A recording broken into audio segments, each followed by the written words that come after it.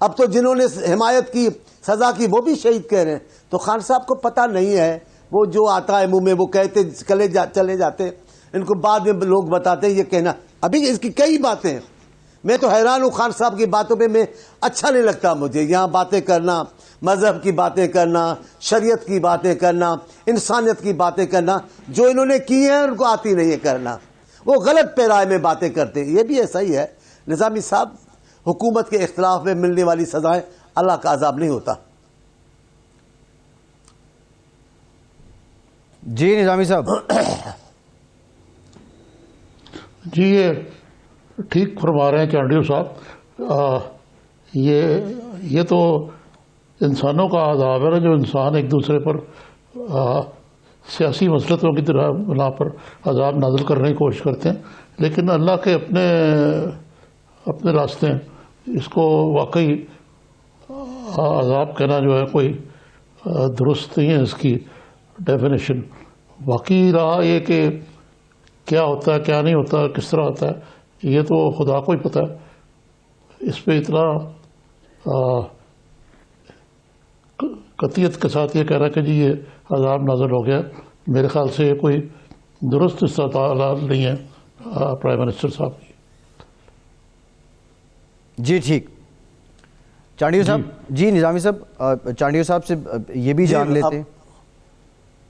جی چانڈیو صاحب, ہم جاننا یہ چاہ رہے ہیں, پی ڈی ایم جلسوں کی بات کرتے ہیں. 13 دسمبر سے تو ہو رہا ہے, 13 دسمبر کو آپ کا جلسہ, لیکن بنیادی طور پہ بیچ میں یہ اطلاعات آئی تھی کہ پیپلز پارٹی یہ سوچ رہی ہے, آصف زرداری صاحب کی جو مولانا سے ملاقات ہوئی تھی, کہ جلسوں کا کچھ متبادل بھی دیکھا جائے.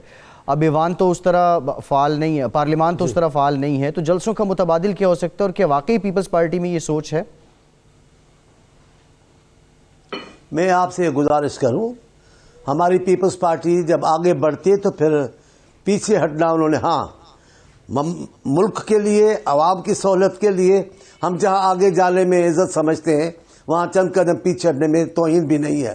لیکن یہاں معاملہ اور ہے, یہاں جدوجہد کی ہے, اب پیچھے ہٹنے کا سوال نہیں ہے.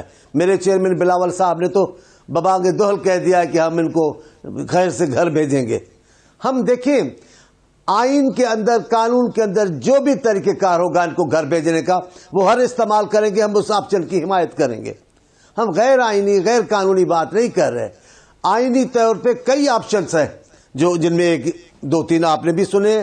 اکثر صحافی دوست ہم سے پوچھیں جناب یہ ہو, ابھی آپ یہ سمجھ لیں میرے زرداری صاحب, میرے قائد اور میرے چیئرمین بلاول صاحب فیصلہ کر چکے ہیں. جو وہ فیصلہ کریں گے انشاءاللہ وہ جمہوریت کے لیے بہتر ہوگا, اپوزیشن کے لیے بہتر ہوگا. یہ جو سمجھتے ہیں کہ اس بات سے ڈریں گے, پیپلز پارٹی نہیں ڈرے گی. نظامی صاحب میں آپ کو ایک بات کہہ دیتا ہوں, اس عقل مند وزیر اعظم کی جتنے بھی بحران ہیں یہ سب اس دانشور عالم وزیر اعظم کو خود پیدا کر دے اور کوئی نہیں. اپوزیشن نے جیسا ان کے طرف ہاتھ بڑھایا مفاہمت کا, جمہوریت کی خاطر, نظام کی خاطر, ملک کی ان حالات میں, اب جو بولتے کہ سرحدوں پہ یہ پریشر ہے, غیر ملکی دشمن یہ کر رہے ہیں, اس فضا میں جو خان صاحب کا موقف ہے, میں ایمانداری بتاتا ہوں, مجھے کہنا نہیں چاہیے, وہ بہت بڑے آدمی ہیں, میں چھوٹا سا ورکر ہوں, لیکن یہ سوچ حب الوطنی کی سوچ نہیں ہے کہ جب پورے ملک کو بحران درپیش ہے, پورے ملک کو معاشی بحران درپیش ہے, سلامتی کے حوالے سے ہمیں تھریٹ ہے, ہمارے ملک دشمن ہمارے خلاف سازشیں کر رہے ہیں, اندر ملک میں بے چینی پیدا کرنا کیوں ان کو پاکستان کے مفاد میں اچھا لگتا ہے مجھے سمجھ میں نہیں آتا ہے. باقی آپ کے دوست نے جو ہم سے آپ نے سوال پوچھا ہے, ہم ہر آپشن جو آئینی ہوگا, قانونی ہوگا, اس حکومت کو گھر بھیجنے کا, وہ ضرور اس میں استعمال کریں گے. ہمیں کسی قسم کا خوف نہیں ہے.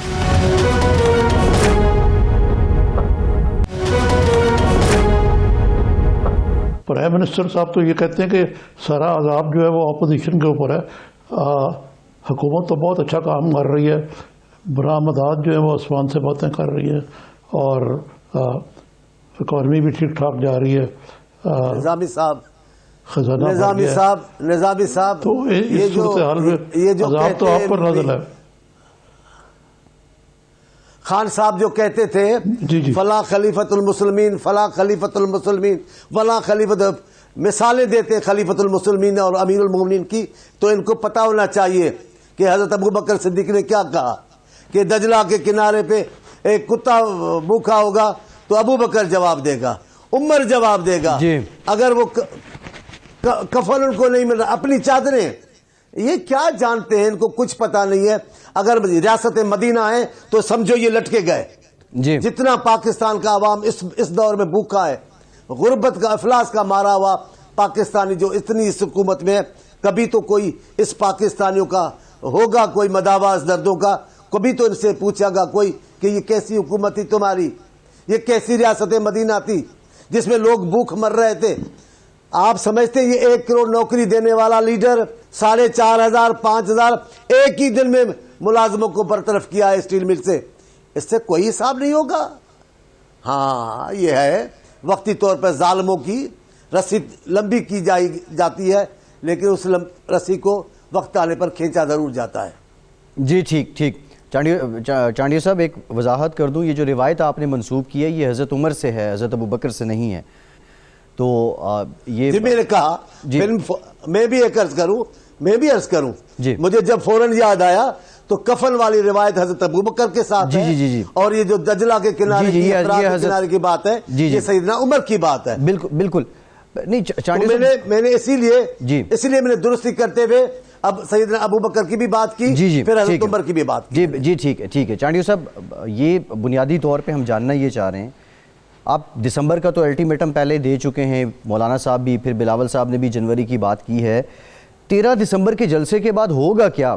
پھر پی ڈی ایم کیا کرے گی اگر یہ حکومت نہیں جاتی تو؟ میرا خیال ہے میں جملہ پہلے کہہ چکا، پی ڈی ایم کی قیادت نے ابھی بھی سنایا، آپ نے بھی بات کی ہے کہ زرد آصف صاحب سے بات کی ہے اور وہ ہر بات کرے، میں کروں جو اتحاد ہے وہ وقت کے ساتھ ساتھ آگے بڑھیں گے، جو ضروری اقدامات ہوں گے وہ کریں گے، لیکن ان کی منزل واضح ہے کہ اس حکومت کو اب گھر جانا ہے، اب یہ زیادہ نہیں چل سکے گا، اب لوگوں پر عذاب نہیں رہے گا، بھوک کا افلاس کا نہیں رہے گا، نوکریوں کی برطرفیاں ابھی نہیں مانی جائے گی، اداروں کی تالہ بندی نہیں مانا جائے گی، امیروں کو بڑے بڑے امیروں اور سرمایہ داروں کو حکمرانی میں شامل کر کے غریب کو جو پیسا جا رہا ہے، اب یہ صورتحال زیادہ عرصہ نہیں برداشت کی جائے گی۔ ہم طے کر چکے ہیں، اب جو بھی ہونا ہے آگے ہی ہونا ہے، اب حکمرانوں کو کیا کرنا ہے، اب جو کرنا ہے اپوزیشن کو کرنا ہے وہ تو وہی کر رہے ہیں، ان کو کوئی نہ حیا ہے نہ شرم ہے نہ احساس ہے نہ سچ کی بات ہے، جھوٹ پر ایسا بولتے ہیں جیسے کوئی حق کی انصاف کی بات کر رہے ہیں۔ ان حکمرانوں کو کیا ہم کر سکتے ہیں، لیکن اپوزیشن جس میں آصف صاحب ہیں، جس میں بلاول صاحب ہیں، جس کی قیادت مولانا صاحب کر رہے ہیں، جس میں بہت بڑے سیاستدان ہیں، وہ مل کر بیٹھیں گے، جو فیصلہ کریں گے وقت کے حالات کے مطابق اس پر عمل درآمد کیا جائے گا۔ جی چانڈیا صاحب، یہ جو آپ نے ابھی فرمایا، اگر میں آپ سے پوچھوں کہ جو پی ڈی ایم کا اکٹھا ہونا، جلسوں کا شیڈول بنانا، شیڈول کے مطابق چلنا، عوام کی بھی رہی، اگر یہ سب کچھ آپ اکاؤنٹ آف کر رہے ہیں تو یہ کہنا درست ہوگا کہ آپ کا جو بھی آپ کی تھی، یا یہ عوامی تحریک ہے یا سیاسی تحریک ہے یا جلسے کرنے کا مقصد عوام کے خلاف حکومت کو عوام کے خلاف موبلائز کر رہا ہے، تو سوری میں پھر الٹا کہہ گیا کہ موبلائز کر رہے ہیں عوام کو حکومت کے خلاف، تو اگر دیکھا جائے تو کیا آپ مطمئن ہیں کہ یہ پہلا مرحلہ یہ آپ کا کامیاب رہا ہے اور دوسرے مرحلے کے لیے ایک اور کوئی نیا عمل اختیار کیا جائے گا، یا وہ مزید جلسے ہوں گے یا کچھ اور ہوگا؟ نظامی صاحب یہ جو ہمارا پہلا مرحلہ جلسوں کا تھا اس نے ہی حکومت کو پریشان کر دیا ہے۔ ان جلسوں کے دوران آپ دیکھیں لب و لہجہ وزیر اعظم کا، اور ان کے وہ جو جھوٹ کے پلندے کاندھوں پہ لیے پھر رہے ہیں، ان کے آپ دیکھ لیے، ان کی زبانیں سن لی ہیں آپ نے، وہ کس بوکھلاہٹ کا شکار ہیں، جس چڑچڑاہٹ کے وہ شکار ہیں، ٹھنڈی ٹھنڈی بات کرو تو بھی گالیاں دینے پہ اتر آتے ہیں، تو ان کی چڑچڑاہٹ کی بتا رہا ہے کوئی دال میں کالا ضرور ہے. پہلے مرحلے نے ان کو غصے میں ڈال دیا ہے, دوسرا مرحلہ ان کو انشاءاللہ گھر بھیجے گا. دوسرا تیسرا بھی ہاں یہ سومناتھ کے لیے حق پرستوں کو بہت سارے بھی حملے کرنے پڑے, کوئی بات نہیں, لیکن میں سمجھتا ہوں یہ جھوٹ کا سومناتھ زیادہ عرصہ نہیں قائم رہے گا. پیپلز پارٹی استعفے دے گی اگر کوئی اور حل نہ نکلا چانڈیو صاحب؟ میرا خیال ہے قیادت نے فیصلہ کر لیا ہے اس حکومت کو بھیجنے کا. اگر آخری آپشن یا فوری طور پر یہ طے کر لیا اپوزیشن نے کہ اس کا حل یہی ہے اور اس سے ان پر جو کاری ضرب لگے گی, تو میرا خیال ہے بلاول صاحب جس کا نام ہے, آصف صاحب جہاں تدبر کی باتیں کریں سمجھائیں گے, وہاں اپنے سیاسی قائد کو, میرے قائد کو, آپ پارٹی کے چیئرمین کو, ان کا یہی مشورہ ہے جو اتحاد قبول کرے گا ہم وہ کریں گے, ہر آپشن استعمال کریں گے. اگر اپوزیشن نے طے کیا استعفاؤں کا تو وہ اس سے بھی ہم نہیں ڈرتے. ہم کافی عرصہ بغیر حکومت کے بھی سیاست کرتے رہے ہیں, اپوزیشن میں بھی رہے ہیں, کوئی ہمیں ضیاء کے پورا 11 سال ہم تو اپوزیشن میں بھی نہیں تھے اسمبلیوں میں, لیکن ہم چل رہے تھے, ہلا کے رکھ دیا تھا. ابھی بھی اگر ہمیں اسمبلیوں سے نکالیں گے تو اور رستوں پہ ہم آئے تو میں آپ کو بتا رہا ہوں حکمرانوں کا بھی رستوں پہ چلنا مشکل ہو جائے گا. جی نظامی صاحب, یہ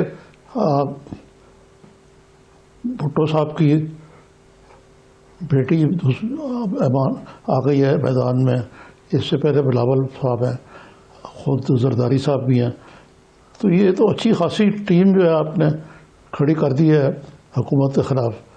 تو اس کے حوالے سے کوئی نیا لائے عمل بنایا جا رہا ہے جس کے تحت اگلا مرحلہ جو ہے آپ کی تحریک کا, اس کو کس طرح لانچ کیا جائے اور کیا اس کے پروگرام ہو, کیونکہ پہلا پروگرام تو آپ آخری مرحلے پہ پہنچ گیا.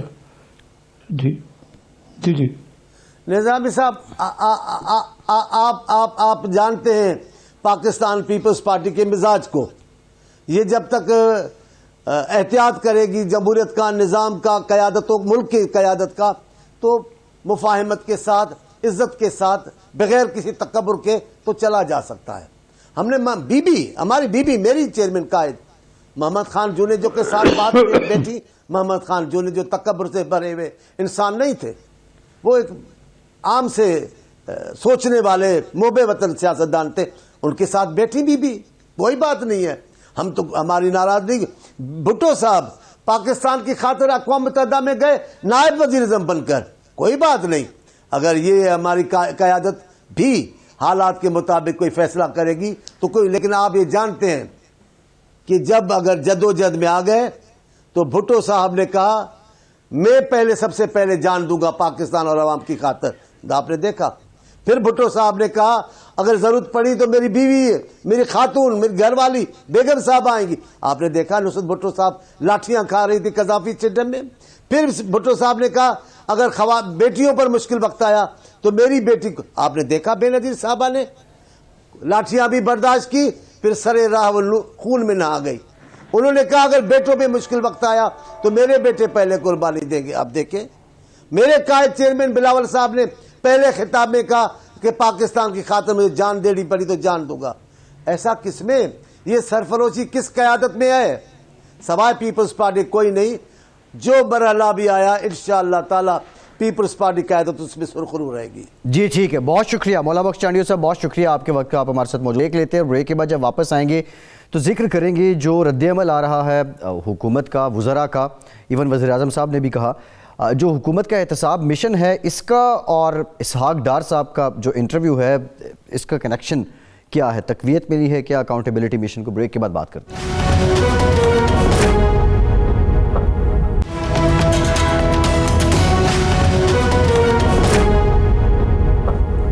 بریک کے بعد ایک بار پھر سے آپ کو خوش آمدید کہیں گے. بریک میں ہمیں جوائن کیا ہے پاکستان تحریک انصاف سے سینیٹر ہیں فیصل جاوید خان صاحب نے. فیصل صاحب بہت شکریہ آپ کے وقت کا, آپ سے گفتگو کرتے ہیں. ایک اور ڈیولپمنٹ ہے جو نواز شریف صاحب کو اشتہاری قرار دینے کی کارروائی تھی اس کا شارٹ آرڈر آ گیا ہے اور وہ لوگ جو جنہوں نے ضمانتی مچلکے جمع کروائے تھے سابق وزیر اعظم کے، ان کو بھی عدالت کی جانب سے نوٹس کیا گیا ہے. باضابطہ طور پہ العزیزیہ اور ایون فیلڈ میں نواز شریف صاحب کو اشتہاری قرار دے دیا گیا ہے عدالت کی جانب سے. نظامی صاحب اس پہ بھی بات کرتے ہیں، لیکن اسحاق ڈار صاحب کے انٹرویو کی ہم بات کر رہے تھے. گو کہ انٹرویو بی بی سی نے لیا، اسحاق ڈار صاحب نے دیا، یہ حکومت کا کریڈٹ تو نہیں بنتا ہے، لیکن جس طرح اسحاق ڈار صاحب لاجواب ہوئے وہاں پہ، تو کیا حکومت کا یہ جو نیریٹو تھا کہ ان کے پاس منی ٹریل یا اپنی دولت سے متعلق سوالوں کے جواب نہیں ہیں، اس کی تائید ہو جاتی ہے؟ نظامی صاحب سب سے پہلے تو یہ فیصل صاحب اپنے آپ کو آپ کریکٹ کریں کہ یہ شہباز شریف میرے خیال لاہور ہائی کورٹ کے ضمانتی ہیں، اسلام آباد کے نہیں ہیں. نہیں، شہباز شریف کا تو نظامی صاحب ذکر ہی نہیں کیا شہباز صاحب کا. یہ جو جن لوگوں نے ضمانتی مچلکے جمع کروائے ہیں، ذکر نہیں. اچھا، ٹیکنیکلی اسپیکنگ اس کا کوئی خاص اثر نہیں پڑے گا، کیونکہ شہباز شریف صاحب تو بڑے مزے سے جیل کی ہوا کھا رہے اس وقت، تو ان کی لٹرلی کیا فرق پڑے گا اس آرڈر سے؟ نظامی صاحب شہباز شریف صاحب تو لاہور ہائی کورٹ کے ہیں، اور جو اسلام آباد سے آیا ہے اس کا تو وہ اس میں وہ نہیں ہے. جی وہ یہی عرض کر رہا ہوں جی. تو اس سے پریکٹیکلی کیا فرق پڑے گا پالیٹکس میں؟ فیصل صاحب. جی السلام علیکم نظامی صاحب، السلام علیکم عباسی صاحب، کیسے ہیں آپ؟ ٹھیک ٹھاک ہیں؟ جی وعلیکم السلام، تھینک یو سر. دعائیں جی آپ کی. اچھا، یہ مجھے یہ بتائیں کہ یہ جو انٹرویو کا آپ ذکر کر رہے تھے، اسحاق ڈار کا جو انٹرویو ہے، اس میں جس طرح سے ان کو کلین بولڈ کیا گیا ہے، تو اس کا مشورہ ان کو کس نے دیا تھا کہ وہ اس بی بی سی کے ہارٹ ٹاک پروگرام میں جائیں؟ ان کو چاہیے تھا کہ یہ حسین نواز سے کہتے گھر پہ ہی انٹرویو کر لے، اور انہوں نے کہا کہ صحت ٹھیک نہیں ہے، لیکن وہ تو وہاں جا کے بی بی سی کے انٹرویو جو لینے والا ہے اس نے ان کی صحت جو ہے اس کو ٹھیک کیا ہے. اور مطلب وہ انٹرویو دیکھ کے تو ہر ایک بچہ جو ہے طبیعت صاف کی ہے، یہ جی ایکسپوز ہو گئے ہیں، طبیعت صاف اور کی ہے. یہی بات جی طبیعت صاف کی ہے. اور یہ مجھے بتائے یہ کس نے مشورہ دیا تھا ان کو کہ ہارٹ ٹاک پہ جائیں پروگرام پہ؟ اسحاق ڈار صاحب کو آپ اگر اچھی طرح جانتے ہیں تو وہ بعض اوقات اپنی ضد کے مطابق وہ اس طرح کی حماقتیں کرتے رہتے ہیں، اور وہ اپنے ہی جو نیریٹو ہے جو کہ غلط ہے اس میں بلیو کرنا شروع کر دیتے ہیں. اب یہ کو ماننے کی بات ہے کہ جی ان کی ایک ولایا ہے بچوں کا، وہ بھی، اور گھر جو ہے وہ ضبط ہو گیا ہوا ہے، اور تو وہ باقی تو وہ مشن کر رہے ہیں جو کچھ لندن میں بیٹھ کے کر رہے ہیں. اور لیکن اس سے جو زمینی حقائق ہے وہ بڑے مختلف ہیں. میرا نہیں خیال کہ کسی نے کو مشورہ دیا ہے، یہ خود ہی کافی ہے اپنے مقررات. جی تو وہ سمجھ کے گئے تھے کہ وہ ٹک ٹاک پہ جا رہے ہیں، لیکن یہ ہارٹ ٹاک تھا. یہ علی ڈار کا یہ رپورٹ ہے جی. علی ڈار نے ایڈمٹ، ان کے جو صاحبزادے ہیں انہوں نے یہ ایڈمٹ کیا ہے کہ جی 52 ولاز انہوں نے بک کیے ہیں جی دبئی میں، یو اے ای میں 52 ولاز، اور ان کی 13 آف شور کمپنیز ہیں ایک اور رپورٹ کے مطابق، اور یہ ڈاکومنٹس اویلیبل ہیں. اور ساتھ ہی میں نیب نے یہ جو انویسٹیگیشن رپورٹ آئی تھی، بلینز انہوں نے ابراڈ جو ہے باہر انویسٹ کیے ہیں مختلف کمپنیز کے اندر، امارات میں خاص طور پہ. اور یہ بھی کہتے ہیں کہ 1993-94 میں ان کے جو ایسٹس تھے وہ صرف 91 لاکھ تھے، اور 2008-9 میں وہ 83 کروڑ پہ چلے گئے. 91 گنا اضافہ ایسٹس میں ہوا. اور ٹیکس 2008-9 میں انہوں نے جو انکم شو کی تھی، income tax return for 2008-9 showed an income of 7 lakh, یعنی کہ 7,29,347.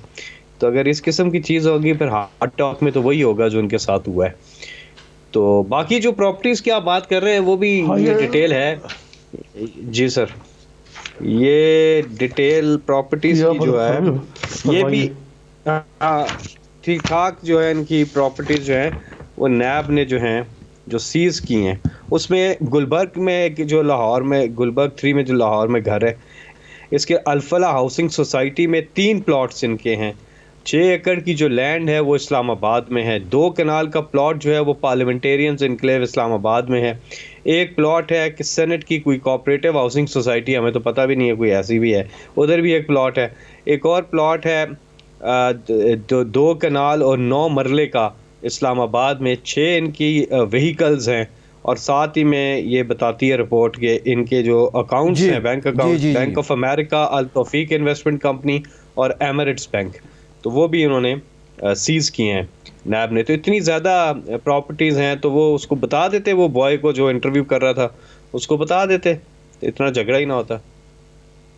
جی ٹھیک ہے فیصل صاحب. جی ہاں، یہ بات آپ ٹھیک کہہ رہے ہیں فیصل صاحب، لیکن یہ جو ہرس ہے اس کی کوئی بھی لمٹ ہوتی ہے. آپ نے اتنی دولت کرنی کیا ہے؟ اس کے علاوہ آپ دیکھیں کہ ان کے بزنس وینچرز بڑے وسیع تر ہیں.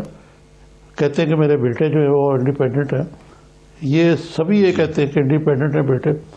ایک دم جناب وہ ایسا جوہر ہے کاپر ان میں آتا ہے کہ وہ اربوں سے خربوں اور مہا خربوں جو ہے وہ دولت بنوانی چھٹا کر دیتے ہیں. اور اس میں جو ہمارے بزرگ تھے یا نظامی صاحب، ان کے جو والد صاحب تھے یا آگے سے ان کے، دیکھیے بڑے محنتی لوگ تھے اور محنت سے انہوں نے کیا. چھوٹا کام تھا لیکن محنت تھی اور خلوص تھی. میں مذاق نہیں اڑانا چاہ رہا، کیونکہ دیکھیں میرا بھی جو بیک گراؤنڈ ہے، میرے آبا و اجداد یا میرے دادا یا میرے فادر، ہم بھی بڑے ہمبل ایک بیک گراؤنڈ سے ہیں. لیکن ان کے والد صاحب، آپ نظامی صاحب ظاہر ہے عمر میں ہم سے بڑے ہیں اور آپ کا زیادہ نالج بھی ہے اور آپ ملاقاتیں بھی آپ کی سب بڑوں کے ساتھ پہلے ہوئی ہوں گی. ان کے والد صاحب کہتے تھے کہ جی اسحاق ڈار صاحب والد صاحب جو ہے ان کی کوئی شاپ تھی، شاید آٹو شاپ تھی، کوئی موٹر سائیکل کی شاپ تھی، اس طرح کچھ تھا.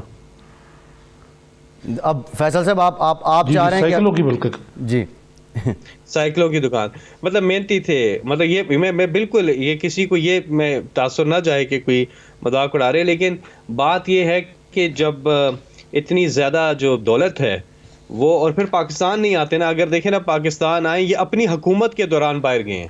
ان کی حکومت تھی جب یہ باہر گئے ہیں، تو یہ کہیں کہ جی عمران خان تو نہیں تھے اس وقت پاور میں، شاید خاقان عباسی صاحب وزیر اعظم تھے. اور یہ سرکاری جہاز کے اندر یہ بھی اطلاعات ہیں کہ پرائم منسٹر خاقان عباسی نے ان کو یہاں سے باہر بھیجا، اس کے بعد واپس نہیں آئے، فرار کروایا. اس وقت ان کی حکومت تھی، سب کچھ ان کا تھا. تو اسی وقت اگر یہ ٹھیک ہوتے تو اس وقت عمران خان نہیں تھے نا، اسی وقت یہ دے دیتے ساری ڈیٹیلز کہ جی میں غلط نہیں ہوں، یہ میرے بچوں کے ہے، یا جو منی ٹریل دینی ہوتی ہے، باقی تو کچھ نہیں. تو منی ٹریل دے دیتے اور آ کے سینٹ میں بھی اوتھ لیتے، اور سینٹ میں ان کی نشست جو ہے وہ خالی نہ رہتی. ٹھیک ہے. اچھا ایک بریک لیتے ہیں. بریک کے بعد فیصل صاحب جب آگے یہ انٹرویو بھی ہو گیا، بقول آپ کے یہ جائیدادیں بھی ہیں ان کی، لیکن سوال یہ ہے کہ اس احتساب مشن میں اگر واقعی اتنے بڑے پیمانے پہ چوری ہوئی ہے تو پاکستان میں ان لوگوں کو جو سزا ہے، عبرتناک سزا ہے، وہ کیوں نہیں مل سکی؟ بریک کے بعد بات کرتے ہیں.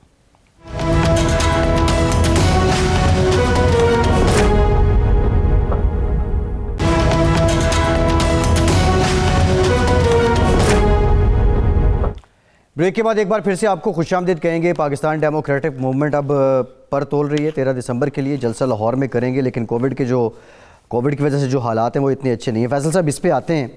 سوال یہ ہے کہ یہ انٹرویو سے متعلق آپ نے بات بھی کی، حکومت تو خاصی عرصے سے اپنا ایک بیانیہ دے رہی ہے، لیکن یہ لوگ اگر اس پیمانے پہ غبن ہوئے ہیں تو جو کوئی مثالی سزا ہونی چاہیے تھی، مطلب ٹل دی لاسٹ بریتھ، جو لاسٹ سورس ہوتا ہے آپ کے پاس ریلیف کا، سزا اور جزا کا، وہ سپریم کورٹ ہے.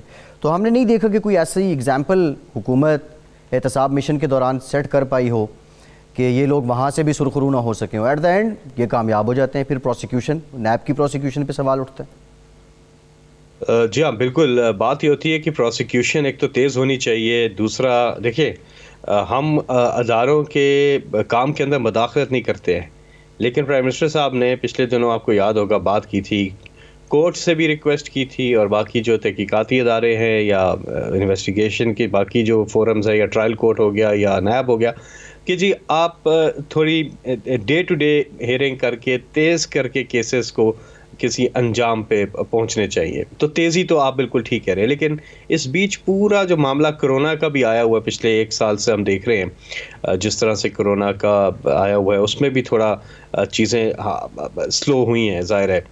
لیکن بہرحال میں آپ سے ایگری کرتا ہوں کہ پروسیکیوشن کے حوالے سے بہتری ہونی چاہیے، بہتر پروسیکیوشن ہونی چاہیے، اور دوسرا کیسز کو تیز بھی چلنا چاہیے. اکاؤنٹیبلٹی جو ہے اس کے اوپر پی ٹی آئی کی حکومت جو ہے اس کا بڑا نعرہ تھا اکاؤنٹیبلٹی، اور ہمیں لوگ پوچھتے ہیں کہ کب لوٹی دولت واپس آ رہی ہے، کب یہ لوگ جو ہیں ان کو سزائیں مل رہی ہیں. دیکھیں ان کا زیادہ تر لوگ تو اشتہاری ہیں، ان کے جو میجر باہر بیٹھے ہوئے ہیں. آج ایک اور اشتہاری جو ہے کورٹ سے بھی ڈکلیئر ہو گئے ہیں، نواز شریف. تو اب یہی ہے کہ شہزاد اکبر صاحب اس پہ کام کر رہے ہیں، اور بتا رہے تھے کل کہ پیش رفت ہوئی ہے کوئی اس میں ایم او یو کے حوالے سے اور باقی برطانیہ کے ساتھ، تاکہ ان کو پاکستان واپس لایا جائے. جی نظامی صاحب. جی یہ فیض صاحب، یہ آپ کی خواہش تو بڑی اچھی، لیکن میرا نہیں خیال کہ یہ کامیاب ہوں گے ہم برطانیہ سے ان کو واپس لانے میں. دوسری یہ ہے کہ کچھ اکاؤنٹیبلٹی کا اس طرح کاروبار چلایا گیا ہے کہ اس سے اکاؤنٹیبلٹی زیادہ، اس کے جو کرٹکس ہیں وہ کہتے ہیں جی اس سے وچ ہنٹ ہے، اس کی وجہ سے اس کی ساری جو اعتماد ہی اٹھ گیا ہوا لوگوں کا اس میں، اور لوگ سمجھتے ہیں کہ یہ محض سیاسی مخالفین کو زیادہ تر کیسز میں تختہ مشق بنانے کے لیے ایسا ہو رہا ہے. اس کی کوئی ری میپ کرنے کی ضرورت ہے نیب کے اسٹرکچر ناٹ ایٹ آل کہ یہ انڈیپینڈنٹ بھی اور نظر آیا ہے کہ ایک احتساب کر رہی ہے. جی سر. دیکھیے ناٹ ایٹ آل، آئی مین آپ کے بالکل دوسرا نقطہ بالکل ٹھیک ہے جو اس پہ ترامیم کے حوالے سے جو ہے اس پہ میں آتا ہوں، لیکن نیب کے قوانین اور باقی چیزیں اس پہ میں آتا ہوں. لیکن اس سے پہلے میں ایک بات بتاؤں کہ جو پولیٹیکل وکٹمائزیشن کی جو وہ بات کرتے ہیں وہ بالکل غلط کرتے ہیں، کیونکہ عمران خان صاحب نے اپنی حکومت کے 20 ایم پی ایس کو کرپشن کے اوپر بالکل الیکشن کے قریب، اور بڑے وہ ہمارے تگڑے کینڈیڈیٹس تھے، لیکن ہم نے اس کا بھی نہیں، ایک پولیٹیکل اس کی کاسٹ پے کرنی پڑ سکتی تھی، لیکن اپنے 20 ایم پی ایس کو کرپشن کے اوپر فارغ کیا ہے. ادھر ہمارے لوگوں کو نیب نے پکڑا ہے، انویسٹیگیشن ہوئی ہے، انہوں نے وزارتیں چھوڑی ہیں، علیم خان نے چھوڑی ہے، سبطین خان نے چھوڑی ہے، ادھر بابر اوان صاحب ہیں، ادھر اعظم سواتی صاحب ہیں. جیسے ہی وہ چیز چل رہی تھی انہوں نے الگ ہوئے ہیں، وزارتیں چھوڑ دی ہیں، تحقیقات ہوئی ہیں، جیلوں میں بھی گئے ہیں اور نیب کی کسٹڈی میں رہے اور کلیئر ہو کے آئے، بھاگے نہیں ہیں. مطلب باقی لوگ تو یہ ہے کہ وہ ملک سے بھاگ جاتے ہیں. تو کہنے کا مقصد یہ ہے کہ اکراس دا بورڈ اکاؤنٹیبلٹی ہے. کوئی پولیٹیکل وکٹمائزیشن تو وہ تھی جو انہوں نے عمران خان کے ساتھ کیا تھا جب انہوں نے پیناما پہ آواز اٹھائی تھی اور انہوں نے سپریم کورٹ میں مقدمہ کر دیا. Imran Khan public office hold بھی نہیں کرتے تھے، لیکن پھر بھی انہوں نے باہر حلال کی جو کمائی کی تھی ایک ایک پائی کا حساب دیا، 60 سے زیادہ دستاویزات دیں، 40 سال پرانا ریکارڈ دیا اور عدالت سے سرخرو نکلے. دوسری بات جو آپ نے کی قوانین، ہم ان کے ساتھ بیٹھنے کو تیار ہیں. اب ہم ان کے ساتھ بیٹھنے کو تیار ہیں، الیکشن ریفارمز کے اوپر، نیب کی اوپر بالکل بیٹھنے کو تیار ہیں. ہم باقی جو پبلک انٹرسٹ کی لیجسلیشنز ہیں، لیکن نیب کے اوپر جب بھی ہم ان سے نشست کرتے ہیں قوانین کے اوپر تو یہ اس قسم کی فرمائشیں لاتے ہیں جو کہ ڈویبل نہیں ہیں. وہ جو 34 پوائنٹس ہیں جو میں نے آپ کے پروگرام میں بھی دکھائے تھے، اب وہ 34 پروگرامز ہیں کہ نیب نہ ہو، وہ 34 پروگرامز ہیں کہ منی لانڈرنگ کی اجازت ہو، وہ 34 پوائنٹس ہیں کہ 99 سے پہلے جتنے بھی کیسز ہیں وہ تو معاف کریں نا جی، اس کے بعد دیکھتے ہیں. مطلب یہ کس قسم کے امینڈمنٹس چاہتے ہیں نیب کے قوانین میں. اور ایک اور ہے کہ 1 ارب روپے سے تک کی کرپشن کو نیب پکڑے، اگر اس سے 1 روپیہ بھی کم ہو تو پھر نیب اس کرپشن کو ہاتھ نہ ڈالے، یعنی کہ 99,99,999 روپے کی کرپشن جائز ہو. تو اس قسم کے نیب کے قوانین اگر تبدیل کرتے ہیں تو وہ تو عمران خان صاحب ماننے کو تیار نہیں ہے. ادروائز ہم کے ساتھ بیٹھنے کو تیار ہیں، لیکن یہ لوگ جو ہیں ہٹ دھرمی پہ اترے آئے ہوئے ہیں اور بلیک میل کرنے کی کوشش کر رہے ہیں. ان دی اینڈ ان کا مقصد یہی ہے پہنچنا، انہوں نے ادھر ہی جانا چاہتے ہیں کہ یہ ان کو منی لانڈرنگ اور ان کے کیسز سے چھوٹ دے دیں عمران خان صاحب, تو عمران خان صاحب وہ نہیں دے رہے, انجوائے کر رہے ہیں ان کے جلسوں کو. لیکن ان دنوں جلسے ان کو نہیں کرنے چاہیے. ان دنوں جو کرونا کی جس طرح سے لہر, دوسری لہر زیادہ خطرناک ہے. اب پچھلے 24 گھنٹے میں 75 اموات ہوئی ہیں, تیزی سے کرونا اوپر جا رہا ہے, اور یہ جلسے جو ہے یہ تو بالکل اتنا کرونا کے لیے ایسا ایٹماسفیئر بن جاتا ہے کہ وہ تیزی سے پھیلتا ہے. اب ان کو چاہیے کہ اپنا یہ ضرور احتجاج کریں. اس کا طریقہ یہ آج کل میڈیا کا دور ہے, الیکٹرانک میڈیا کا دور ہے. آپ بلاول ہاؤس میں فنکشن کریں, وہاں پر 100% کرونا کے SOPs فالو ہوتے ہیں, یقین کریں. وہاں پر وہ منگنی پہ بھی کسی کو بلاتے ہیں تو اس پہ لکھا ہوتا ہے کہ آپ نے ٹیسٹ ضرور کرا کے آنا ہے. بہترین جگہ ہے, اور ہم PTV پہ بھی اس کو کور کریں گے. باقی چینلز لوگ گھروں میں بیٹھ کے SOPs فالو کرتے ہوئے آپ کا احتجاج, آپ کی تقریریں سن لیں گے. 300 بندے تک بلا لیں آپ بلاول ہاؤس میں, ٹھیک ہے, آپ کر سکتے ہیں وہاں پہ.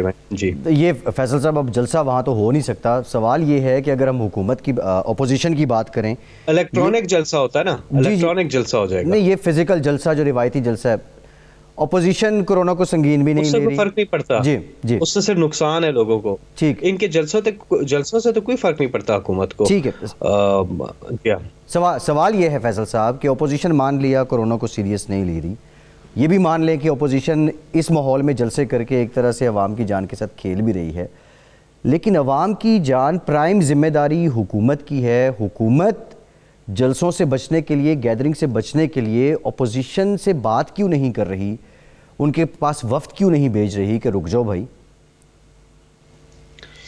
ہم نے ان کو بلایا ہے, انویٹیشن دیا ہے 2 دفعہ کرونا کے اوپر ہی. دیکھیے پارلیمنٹ فورم ہے, اور ہم نے پارلیمنٹری جو کمیٹی ہے اس میں PDM کی جماعتوں کے لوگ موجود ہیں, نون لیگ بھی ہے, پیپلز پارٹی بھی ہے, JUIF بھی ہے, ان کی لوگ موجود ہیں اس کمیٹی میں. تو ہم نے انہیں 2 دفعہ دعوت دی ہے, پارلیمنٹ میں بیٹھیں, پارلیمنٹری کمیٹی میں بیٹھیں, کرونا کی جو دوسری لہر ہے اس کے اوپر گفت و شنید کرتے ہیں اور کوئی متفقہ لائے عمل جو ہے وہ طے کرتے ہیں. لیکن یہ نہیں آئے, دونوں دفعہ نہیں آئے. ابھی بھی ہم تیار ہیں ان کو, کہ اگر بیٹھنے کو تیار ہیں, موسٹ ویلکم. یہ آتے ہیں تو عوام کی بات نہیں کرتے ہیں کسی بھی میٹنگ میں. یہ وہی چیز لے کے آتے ہیں, وہ جو میں آپ کو دکھاتا رہتا ہوں, وہ 34 جو ہے چیز, وہ اس پہ پھنسے ہوئے ہیں. اصل میں ان کے جو لیڈرز ہیں ان کی طرف سے ان کو حکم ہے کہ بھائی ہم جیلوں میں, آپ لوگ کدھر جا کے سیاست کر رہے ہو, کیا جا کے PTI والوں سے مل رہے ہو, پہلے ہمیں تو نکالو. تو یہ بات ہے, وہ کہتے ہیں ان کو نکال دیں تو پھر ہم آگے چلتے ہیں, ان کو چھوڑ دیں بس. نظامی صاحب, یہ ان کی فرمائش. سینیٹر صاحب یہ بتائیے کہ مثلا TV پہ شہزاد اکبر صاحب نے اتنی باتیں بتائی ہیں, اور لوگوں کے بارے میں بھی کہتے رہتی ہے حکومت کے بڑے مضبوط کیسز ہیں, اربوں خربوں کی کرپشن. آپ اگر ان میں سے کچھ ہائی پروفائل لوگوں کو کیمرہ کاردار تک پہنچائیں تو پھر تو کوئی بات بنے. یہ شہزاد اکبر صاحب کی جو دعوے ہیں وہ کوئی جب وہ عمل میں نہیں آتے نا, وہ آگے نہیں بڑھتا معاملہ, تو لوگوں کو ڈاؤٹ ہو جاتا ہے کہ یہ محض الفاظ اور اعداد و شمار کا گورکھ ڈنڈا ہے, ادھر بیچ میں کچھ بھی نہیں ہے. دیکھیے بات یہ ہے کہ ایک طرف ہم کوئی مداخلت نہیں کرتے اداروں کے اندر, کہ جو بھی انویسٹیگیشن ہو رہی ہے یا جو بھی ٹرائل کورٹ ہے یا جو بھی نیب ہے, کہ ان کے اندر ہم کوئی مداخلت کریں. قطعاً کسی قسم کی مداخلت نہیں ہے. بہت زیادہ کیسز جو ہیں وہ ایسے ہیں جو کہ انہی کے ادوار کے بنے ہوئے ہیں, بڑے بڑے کیسز ہیں. کئیوں پہ فیصلے آ چکے ہیں, کئیوں پہ سزائیں ہو چکی ہیں ان کو, اور کئی کیسز ابھی چل رہے ہیں. ایک جو کیس ہے میرا خیال ہے شہباز شریف والا جو ہے کیس, وہ اس حکومت میں کے دوران بنا ہے. تو وہ ادارے اپنا کام کر رہے ہیں اور کوئی مداخلت اس میں نہیں ہے. شہزاد اکبر صاحب آ کے جو ہے اس کی ڈیٹا یا پروگریس جو ہے وہ شیئر کرتے رہتے ہیں اور بتاتے ہیں.